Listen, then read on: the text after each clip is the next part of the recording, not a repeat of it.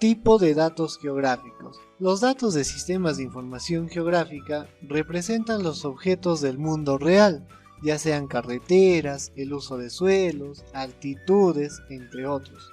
Los objetos del mundo real se pueden dividir en dos abstracciones: objetos discretos, o sea una casa, y continuos, cantidad de lluvia caída, una elevación, entre otros. Existen dos formas de almacenar los datos de información geográfica.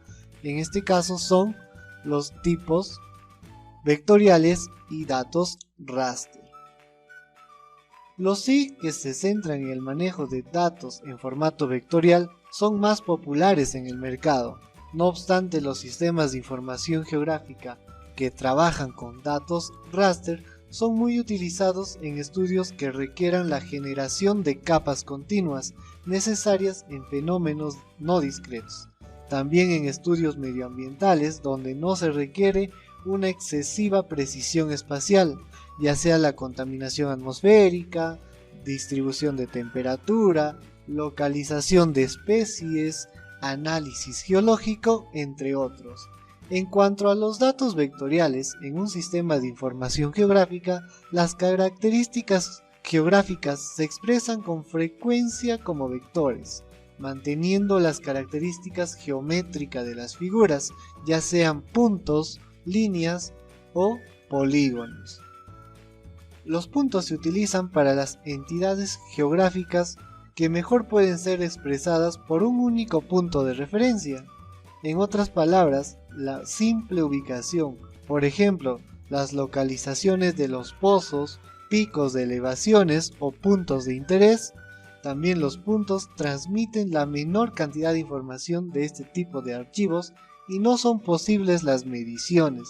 También se puede utilizar para representar zonas a una escala pequeña. Por ejemplo, las ciudades en un mapa del mundo estarán representadas por puntos en lugar de polígonos. Las líneas y polilíneas unidimensionales son usadas para rasgos lineales como ríos, caminos, ferrocarriles, rastros, líneas topográficas o curvas de nivel, de igual forma que en las entidades puntuales. En pequeña escala pueden ser utilizadas para representar polígonos. En los elementos lineales pueden medirse la distancia. Y en los polígonos bidimensionales se utilizan para representar elementos geográficos que cubren un área particular de la superficie de la Tierra. Estas entidades pueden representar lagos, límites de parques naturales, edificios, provincias, distritos, también los usos de suelos. Los polígonos transmiten la mayor cantidad de información en archivos de datos vectoriales y en ellos se puede medir el perímetro y el área. En cuanto a datos raster, un tipo de dato raster es, en esencia, cualquier tipo de imagen digital representada en mallas, o también conocidos como píxeles. El modelo de los SIG en raster o de retícula se centra en las propiedades del espacio más que en la precisión de la localización. Divide el espacio en celdas regulares donde cada una de ellas representa un único valor. Se trata de un modelo de datos muy adecuado para la representación de variables continuas en el espacio. Cualquiera que esté familiarizado con la fotografía digital reconoce el píxel como la unidad menor de información de una imagen. Una combinación de estos píxeles creará una imagen, a distinción del suelo común de gráficos vectoriales escalables que son la base del modelo vectorial. Si bien una imagen digital se refiere a la salida como una representación de la realidad en una fotografía o el arte transferidos a la computadora, el tipo de datos raster reflejará una abstracción de la realidad. Las fotografías aéreas son una forma de datos raster utilizadas comúnmente con un solo propósito: mostrar una imagen detallada de un mapa base sobre la que se realizan labores de digitalización.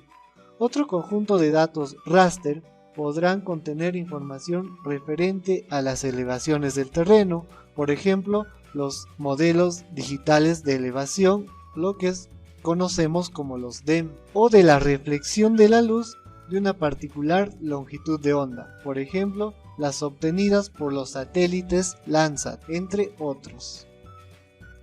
Las ventajas y desventajas de estos datos. Las ventajas en cuanto a datos vectoriales, pues la estructura de estos datos es compacta, almacena los datos solo de los elementos digitalizados, por lo que requiere menor memoria para su almacenamiento y tratamiento. Codificación eficiente de la topología y las operaciones espaciales. Buena salida gráfica, los elementos son representados como gráficos vectoriales que no pierden definición si se amplía la escala de visualización.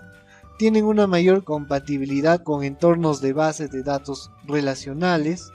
Las operaciones de reescalado, reproyección son más fáciles de ejecutar. Los datos son más fáciles de mantener y actualizar, y también en algunos aspectos permiten una mayor capacidad de análisis, sobre todo en redes. En cuanto a ventaja de los datos raster, podemos decir que la estructura de los datos es muy simple. Las operaciones de superposición son muy sencillas, formato óptimo para variaciones de altas de datos, buen almacenamiento de imágenes digitales, y las desventajas en cuanto a estos, pues nos requiere mayor memoria de almacenamiento, todas las celdas contienen datos, las reglas topológicas son muy difíciles de generar y las salidas gráficas son menos vistosas y estéticas.